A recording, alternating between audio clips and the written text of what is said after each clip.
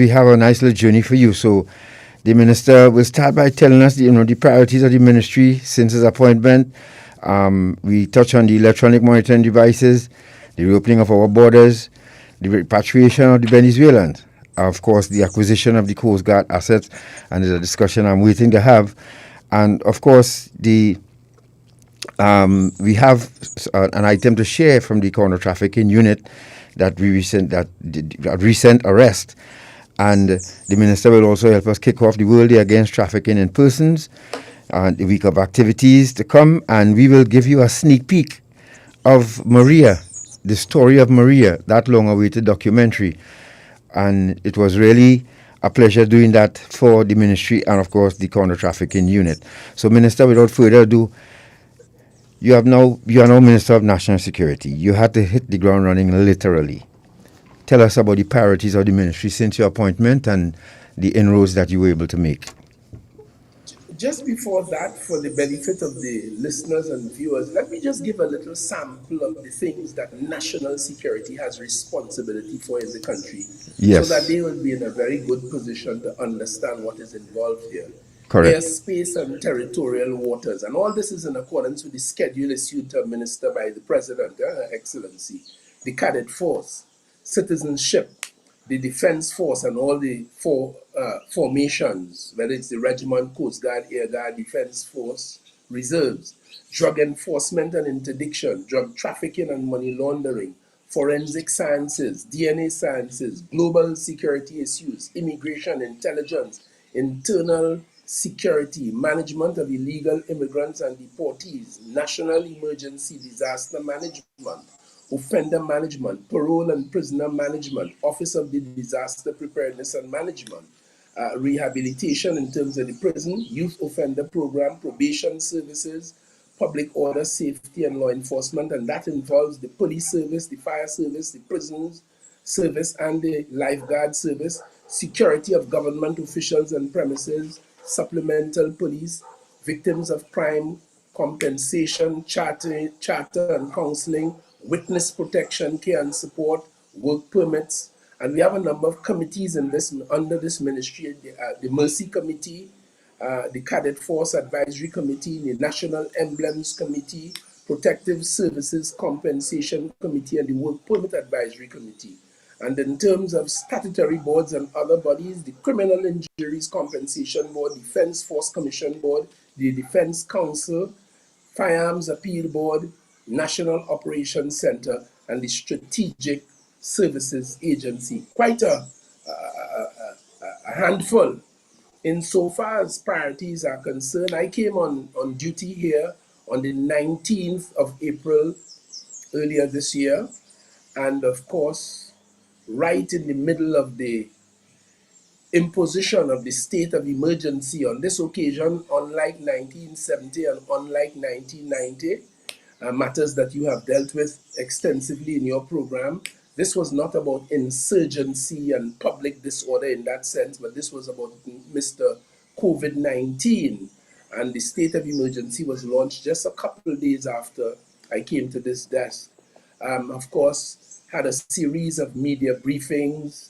Since then, I met foreign missions, whether it was the UK, the USA, China, Spain, Japan, Canada, and the UNDP, the United Nations Development Program, all of these dealing with our bilateral interests and cooperative work, largely around matters of security. Of course, I closed off the collection drive to assist St. Vincent and the Grenadines. I saw the troops return safely and thanked them for their yeoman and yeowoman service, so to speak. We had the COVID-19 response in the state of emergency, led largely by the police service and the defense force. We had the issue of the curfews to deal with. We established the two field hospitals at Couva and the Jean Pierre complex. We had the Trinidad and Tobago Defense Force, the Air Guard in particular, making a number of sorties into other countries to picking up vaccinations to come in here to make us safe and all that goes with it. We've met with the Venezuelan representatives, the spokespersons for the Venezuelans who are here, and stakeholders, including Archbishop Jason Gordon, quite a useful meeting, I might say, um, resolving some of their issues and concerns. Um, we administered the receipt of the 2 vessels up to a couple of days ago. And of course, we've done some work at the prison dealing with, well, overseeing the repair of many of the cells there so that they would meet and match the constitutional requirement of Trinidad and Tobago. Those are just some of the things. But insofar as priorities are concerned, my first order of business would have been the border security improvement issue to protect you, the people of Trinidad and Tobago, from the incursion of drugs and firearms, lethal as the latter is, illegal penetration by illegal immigrants into Trinidad and Tobago, largely from Venezuela, which is so close to us. And you would know in a previous time we had established the migrant registration framework. Well, we had administered that. We dealt as well with the whole the border management system in terms of um, granting permits or authority for people to come in and to leave Trinidad and Tobago during the border control period, which came to an end yesterday. And the Trinidad and Tobago, well, national security through the police service and the defense force played a largely background role, along with the municipal police, in enforcing all these regulations, public health regulations, and dealing with the question of immigration and, well, people coming into Trinidad and leaving during that period of border control. We have as a priority as well the question of the return of terrorist fighters. There are many citizens, well, quite a few citizens of Trinidad and Tobago who, with wife and children in some cases, went to Syria and other parts to conduct terrorist activity as so described, and we now have to manage carefully their return, and there are a whole lot of issues around that. The issue of terrorism, you'll recall 2 carnivals ago, we escaped by a thin margin a very severe terrorist incident, and while the population is not always sensitive to that, we at National Security are acutely sensitive all of the time because we know from our intelligence and intelligence shared with our foreign friends, partners, that it is real and it exists everywhere in the world, Trinidad and Tobago just as well. Of course, the other issue of priority for me has been the further professionalization and making more efficient the Trinidad and Tobago Police Service, because crime is one of the major challenges that the people of Trinidad and Tobago complain of, are exposed to. And the police service is the key institution to deal with that matter. So its professionalization, its efficiency is very critical to the safety and the peace and the well-being of the citizens of Trinidad and Tobago, including corporate citizens, and keeping their places and our homes safe. So we've been focusing on that in terms of training, equipment, looking after the welfare of the men and women of the police service as best as we could, dealing with matters of integrity because that is very critical for them to function effectively. And as the Prime Minister mandated recently, we also have to look, and we are looking at the question of the future police leadership, the leadership of the police service. In the Defense Force, as you know, leaders are trained, they come in as commissioned officers, and they get a different kind of training in preparation for the leadership of those formations. It is not altogether like that in the police service, so we have some work to do. I'm happy to tell you, just like all the services, the police service is set with quite a few highly qualified persons in all kinds of disciplines. And that is a very good place to be as we focus on its professionalization and improvement to making it more efficient. And of course, the welfare and discipline of members of the Trinidad and Tobago Defense Force, because I have observed before coming here that, you know, there are many issues of their welfare to make sure that they're all right, and we're working closely with the leadership of the Defense Force, making every effort we could to satisfy those, and of course to deal with discipline, because quite frankly, I have observed so many of our service personnel all across, whether it's prison, fire, police, defense force, I see more than a usual tendency for young men and women in those services to get themselves into a pickle, as they say, into trouble with the law. And it is a very painful experience because to whom much is given, much is expected. So that is one of my priorities, and I have some work along with the Defense Force and the other organizations in terms of dealing with that. And of course, generally, as I alluded to earlier, the question of the prevalence of guns and ammunition as the weapons of choice in Trinidad and Tobago, and that bears in directly on the peace and safety and comfort and confidence of the people of Trinidad and Tobago to go about their student, to go about their working, to go about their business and their leisure lives in peace without having to worry about losing your life while you do those things. And Uh, of course, white collar crime, very prevalent in Trinidad and Tobago, and I have that as a priority in terms of supporting the units of the police service in terms of doing a better job at that, because too many white collar crimes, in my view, are going unattended. Yes, sir. That's for real. So, before we move on, so you mentioned something about the different arms of the protective service, and you're so correct. And this is what again prompted me to embark on this journey called Dependency, because having gone that road back then, there was ignorance about substance abuse and its related ills. So I felt that I owed the state something in return, and this is how Dependency was born. But now we have a different cadre and a long list of drugs and other issues that servicemen and women are facing. One thing though, for the prison service, I would only like to put it to rest, please, because I heard it this morning again from a couple of people about the privatization of our prisons. That is not on the cards, or is it, for the ministry? The executive of the country is the cabinet of the Republic of Trinidad and Tobago in accordance with our constitution. I am a member of the cabinet, and I can give you the assurance that that issue has not arisen for as long as I've been there. Good. I don't know where that is coming from, but certainly not at the level of the executive of this country under the guidance of the Honorable Prime Minister. That is not an issue. Lovely. So, folks, if you're just joining us, you're listening to Dependency, and we are speaking with Honorable Minister Fitzgerald Hinds as Minister of National Security. You can join us now on YouTube until, as I said, Shortman is really trying his best, but you can go to our YouTube channel, Dependency, and find us there, because we really want you to see, especially the newly acquired Coast Guard assets. They're really beautiful vessels, and we'll get to that in a while.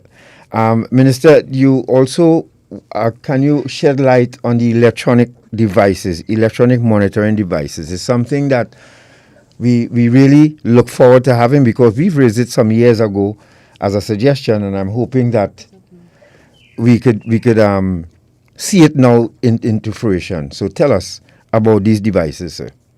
Well, several years ago, we began with developing the law. We passed the law in the Parliament of Trinidad and Tobago for the implementation of electronic monitoring as a technique to reducing the number of persons who are incarcerated, as a technique to allow persons who would have run afoul of the law to be at liberty during the pendency of the matter as it makes its way through the court, and certainly in the context of violence against women as a technique for protecting women from intrusive and abusive men who feel that they must behave in those ways. I distinctly recall in Val saying many years ago, while the Domestic Violence Act allowed a magistrate to issue a protection order to a woman, the man, recognizing that that was conceptual and it was legal and it was a piece of paper, he took the opportunity that he had to go in and to kill that woman in the Valsine area. It stuck with me, as I'm sure with many citizens of Trinidad and Tobago. So we passed the law, and the law provided for the establishment within national security of an electronic monitoring unit, which is led by a chief executive officer and others. And they are all now in place, all acutely and well and properly trained. All the technologies have been put in place, and everything, all the ducks are beautifully lined up. And up to when I visited them about a month ago and got an insight into precisely what they are doing and how they propose to do it, there were at that time two persons who the courts would have ordered to be set with those bracelets in the context of the Electronic Monitoring Act. And I had the opportunity to see the innards of the system, and I left that place on Tragweed Road where they are situated with a great sense of pride and satisfaction, understanding that the law was passed, the staffing was provided, the investigative capacity as well, the technology is in place, working remarkably well, and those who must benefit from it, the women of Trinidad and Tobago, and the system generally, by having persons who could be at liberty doing their thing rather than be incarcerated, leading to overcrowding. It is well and truly up. And I promised myself, and I worked with that monitoring unit to come to the public about 3 weeks ago to share with you, to show you how your money is at work for you, to show you what the professionals have done and how it can work to protect our women. One of the ways it can be used to protect our women. Pepper spray is another. Hard, efficient policing and being present and responding to the woman's cry or call, and all the work being done by the Office of the Prime Minister in the Ministry of Gender Affairs and Women's Affairs, led by Minister Ayana Webster-Roy. All of these elements going together, but the electronic monitoring, it is absolutely brilliant, but I could not have come to the public with it as I had planned for the last 3 weeks because other events overtook us, including last Friday, going with the Prime Minister to tour the vessels and to see and to hear from the Coast Guard how those two vessels will form part of its operations in dealing with another issue, border management and control. Minister? So far, yes, sorry about that. No. I had a question about the legislation that brought the electronic monitoring devices into effect. And I know that you mentioned that it is primarily, or it seems primarily to be targeting violence against women and girls. But was there any consideration in the legislation for using these devices as a means or as alternatives to incarceration? Of course, of course. I mean, that is precisely what it is all about. If the court, in deciding on the grant of bail, sees the wisdom in, as it has done in the two cases that I mentioned a moment ago, if it sees the wisdom in ordering that the persons, whilst on bail, be electronically monitored, and this means that the areas that they are not supposed to enter into are geofenced, and anytime they go inside that area, the alarm goes off, the accused or the person who is being monitored, he knows he's going there. His victim, if it's in the case of domestic violence, a woman who complains, she has a device that tells her he is within a certain radius of her, so she becomes on alert. The electronic monitoring unit becomes aware at that point as well, and then they inform the police officers who are associated with them or any other police officers to go out immediately in protection of that woman, so, or the victims. So yes, it is a device for managing persons who would otherwise have been incarcerated. If you're just joining us, you're listening to Dependency right here on I-95.5 FM. We are back up on the Dependency Facebook page and YouTube channel. Thank you very much, Shortman. You really did a fantastic job. You've been working non-stop. Thanks a lot.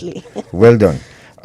We also have Co in studio, and we are joined by the Minister of National Security, who is taking us through the places here this evening. Again, coming up, we'll have a display of the Coast Guard assets for you to see, and also that long-awaited documentary, Maria, before we wrap up this evening. So, Minister, that electronic monitoring device is long-awaited, and we'd like to congratulate you all on finally getting, because I said when we spoke about this something 2012 or somewhere around there, we really was hoping that this would happen.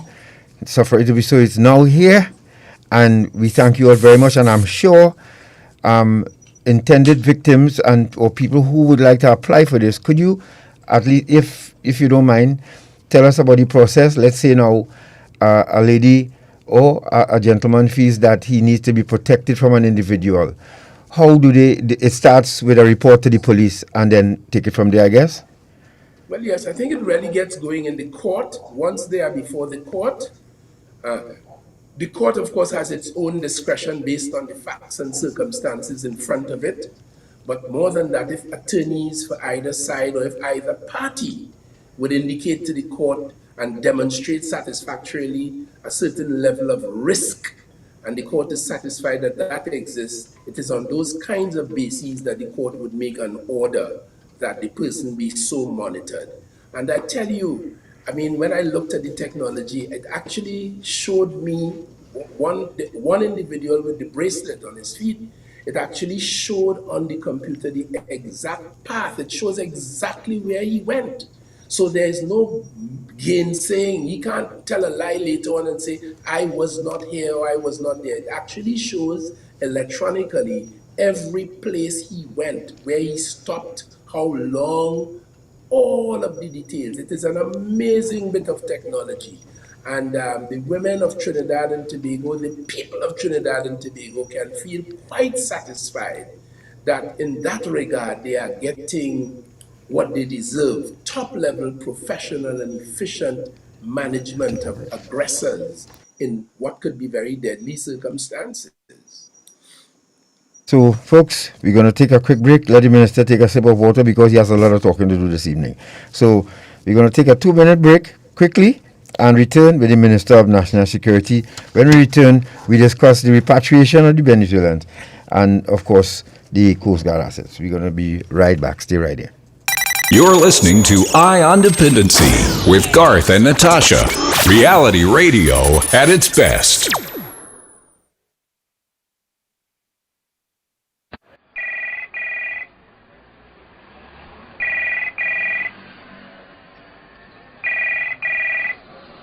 Hello. Hi, this is Patricia Kent from HMP London. Can I speak to Miss Sheila, please? This is Miss Sheila. Hi, I've got an important call for you. Please hold the line. Mommy, it's Sherry. Oh, God, Sherry, we looking for you all the time. 3 weeks now. Where you going? Mommy, according to tell you, I get locked up.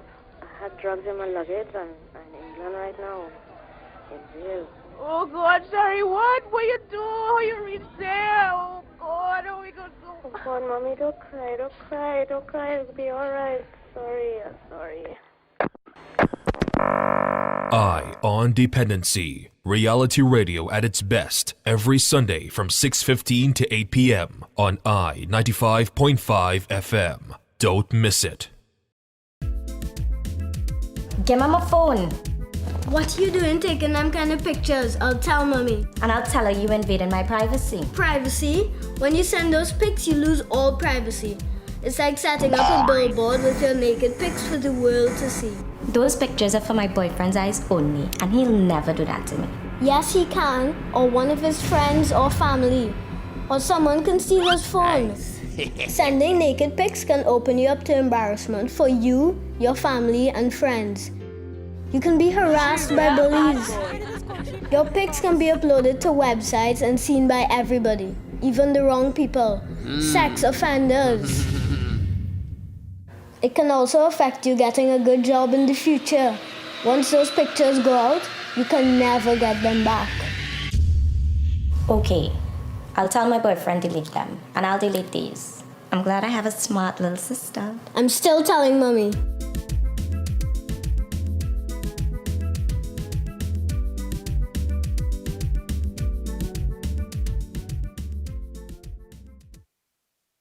I'm Mava, and you listen to I on Dependency with Garth and Natasha on I-95.5 FM, Trinidad and Tobago. Don't be a fool and be a mule.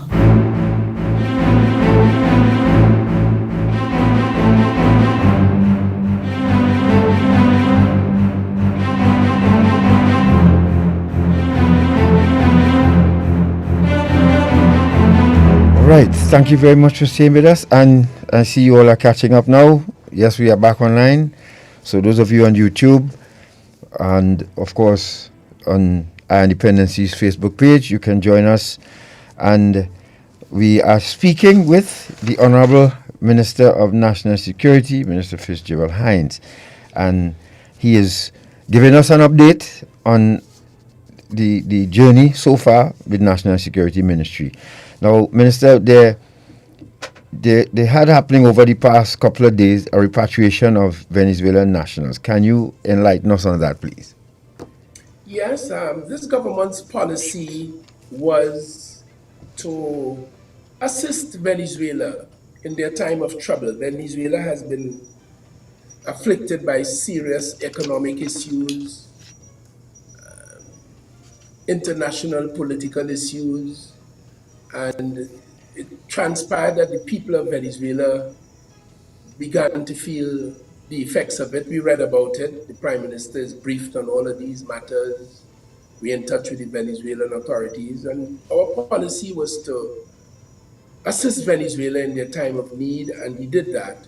It manifested itself in the migrant registration framework, where we registered, we invited all persons in Trinidad and Tobago, not only Venezuelans. Once you were here illegally, you were welcomed to come during that period that was allotted for it, and to make yourself known to us, provide some particulars, and you would have been registered in this program. That was an expression of our policy, and that meant that those who registered would enjoy the protection of the law and the Constitution of Trinidad and Tobago for the period of registration, in that case 1 year, which we renewed this year again and re-registered them, those who came.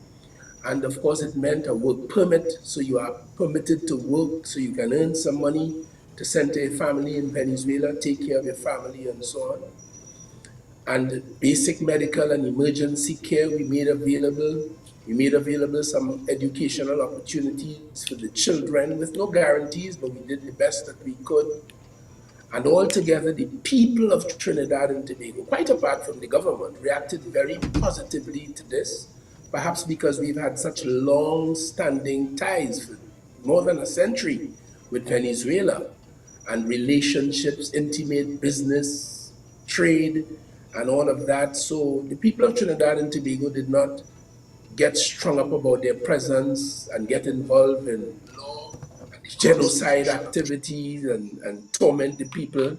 Xenophobia, was not the order of the day. And they were welcomed, treated well. Some of them got married into Trinidad and Tobago's family life, some relationships, some children. And that basically was an expression of Trinidad and Tobago's generosity to Venezuela, governmental and at the level of the people.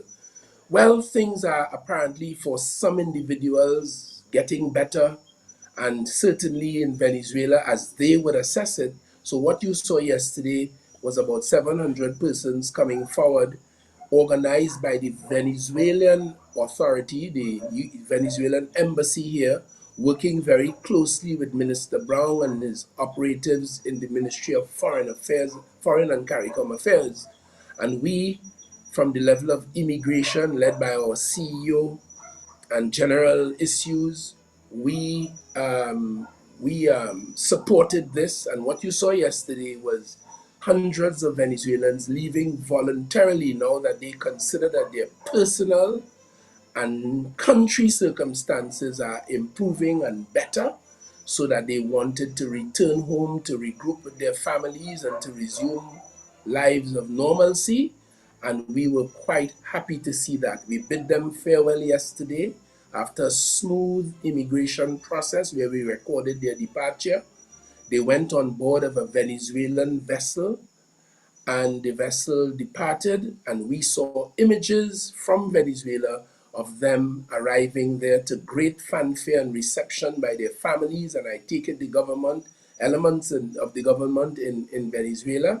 And yesterday, one woman burst out of the crowd, I would say, and came towards the cameras where Minister Brown and I were being interviewed, and the Venezuelan ambassador, and she shed more than a tear, saying thanks to Trinidad and Tobago, thanks to the government, thanks to Dr. Rowley, thanks to the people of Trinidad and Tobago, thanks to her employer who took care of her. And she was now able, with a little bit of dosh in hand and other things, to return to Venezuela and try to pick up her life again. It was really a touching thing, but it really reflected to me how successful our policy helping the economic migrants who came in from Venezuela in Trinidad and Tobago, and to facilitate their voluntary departure when it's so occasioned, as yesterday was an example of. Lovely, lovely. And we wish them all the best. And of course, the government will continue to work with them, those who are still here. Tasha, As we on the migrants, let me stick in this question asked by a commenter on Facebook, who's asking about the re-registration exercise recently completed. Some of the migrants were supposed to be reissued with cards. Can you update us on that process? Yes. About a week ago, I heard that there was some issue about the actual card, which would be proof of their re-registration. Some of them still have the old cards, which would show expired dates. Some of them may not have any cards if they may have misplaced or lost them. I don't know. But I understand that there's an issue around that, and I have begun to tackle that issue to make sure that's not the case. Because when Constable Brown or Inspector John or Senior Superintendent John approaches someone and asks to see your registration document, if you have one that is stale dated or you do not have one, it puts you at a certain kind of risk. So if you are entitled to one, having re-registered, it is our business to ensure that you have it. It's a matter that I'm looking into, and I hope to resolve very promptly to the extent that it exists. bonus. All right. Thank you very much for that, sir. I hope your question was answered. Araceli, who asked the question on Facebook. Switching gears a little bit to the issue that is most top of mind for most people on planet Earth, which is COVID. And one of the measures that is about to come into effect is the reopening of Trinidad and Tobago's borders, more so, I think, for incoming traffic more than outgoing. But can you speak to the preparedness of the country for this reopening after being closed for a year and a half? Yeah, well, it is a matter of history now. Saturday, the 17th of July, that day, that happy day, is now behind us. And yes, the government took that decision.